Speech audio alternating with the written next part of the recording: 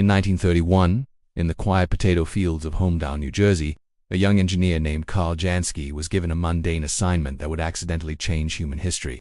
Jansky worked for Bell Telephone Laboratories, and American businesses were desperate for clearer transatlantic radio telephone service.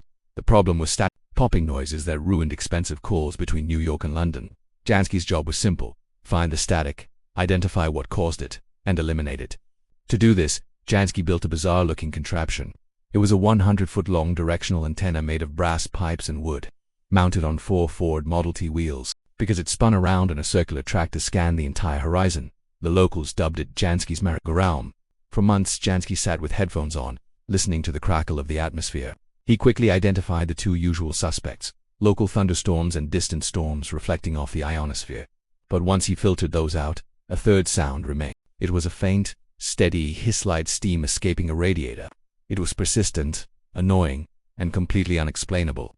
Most engineers would have ignored it as background noise, but Jansky was obsessed. He tracked the hiss for a year. At first he thought it was radiation from the sun, but as he logged the data he noticed something strange.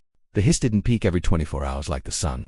It peaked every 23 hours and 56 minutes. Jansky realized this time difference was crucial. It matched a sidereal day, the time it takes for the Earth to rotate relative to the stars, not the sun. The signal wasn't coming from Earth, and it wasn't coming from our solar system. He consulted a star map and realized his merry-go-round was pointing directly at the constellation Sagittarius, the center of the Milky Way galaxy. The static wasn't a malfunction. It was the sound of the universe.